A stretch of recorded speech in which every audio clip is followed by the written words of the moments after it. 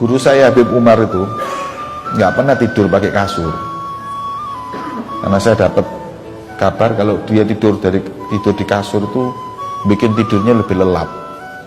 Makanya waktu tidur di rumah saya, beliau minta sama saya tikar kasur Palembang, tahu? Yang tipis itu apa jenenge? Kasur Palembang, orang bilang kasur Palembang tipis, itu beliau paling suka sampai sekarang. Kecuali kalau di hotel, ya kalau bisa kita bawakan dia senang, tapi kalau enggak ya beliau tidur itu dengan terpaksa. Nggak suka tidur di spring bed, nggak biasa, lebih senang untuk tidur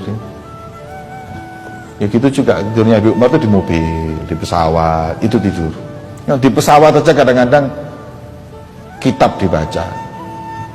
Saya kalau pernah menemani Habib Umar naik pesawat 9 jam lebih pesawatnya, itu beliau di tengah di pesawat itu isinya muridnya gantian baca kitab, dia dengarkan. Nanti kadang kalau sudah tidur yang baca kitab berhenti, jadi nina bubuke itu maca kitab, jadi baca kitab. Sering saya tidak sekali 2 kali, sering tidur gitu.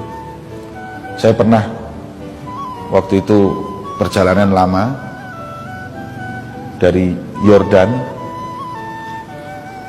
kemudian ke Indonesia.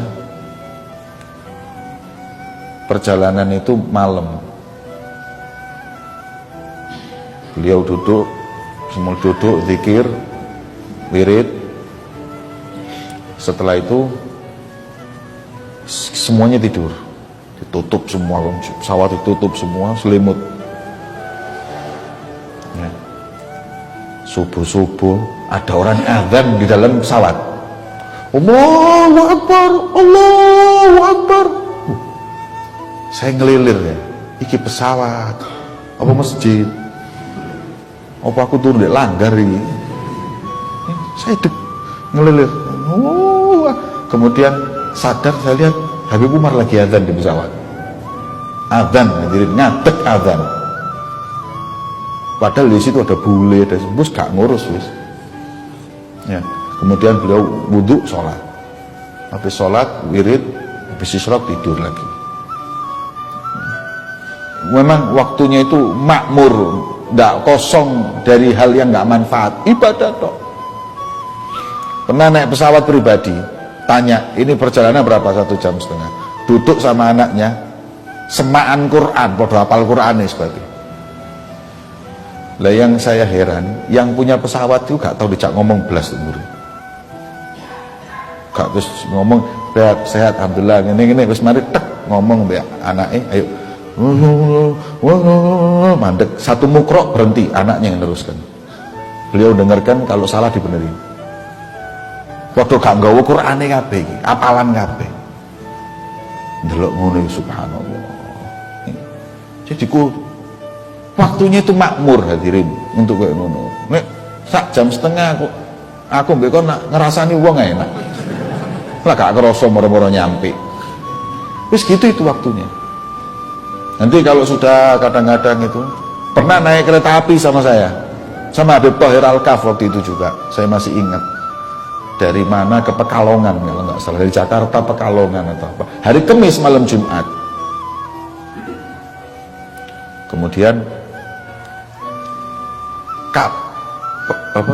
kereta apinya ini berangkatnya mungkin jam 3-an, setengah 4 gitu.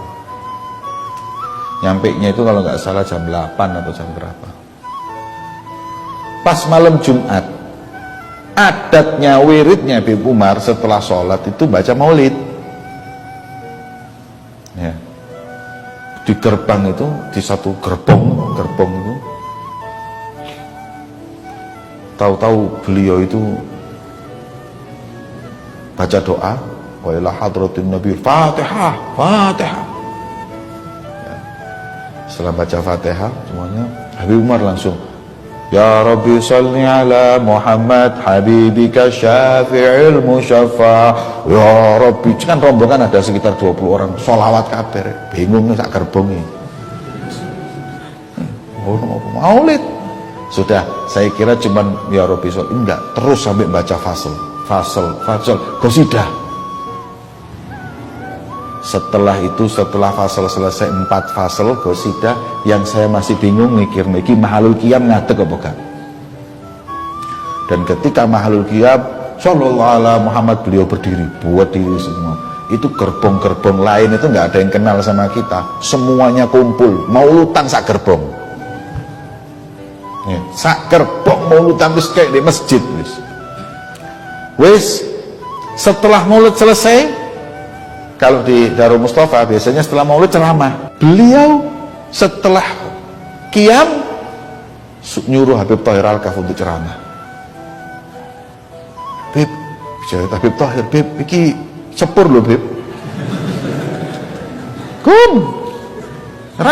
ceramah Habib Thohir. Nah, saya masih ingat itu ceramahnya beliau, subhanallah, memuji ketika itu. Saya belum pernah di kereta api sholawat seperti ini, maulutan seperti ini. Inilah orang mukmin, kata beliau, harus bangga dengan ibadahnya, dengan adatnya, dengan kebiasaannya. Kita kan malu sholawatan ngono, isin rek delok wong rek. Dia nggak malu, dia bangga.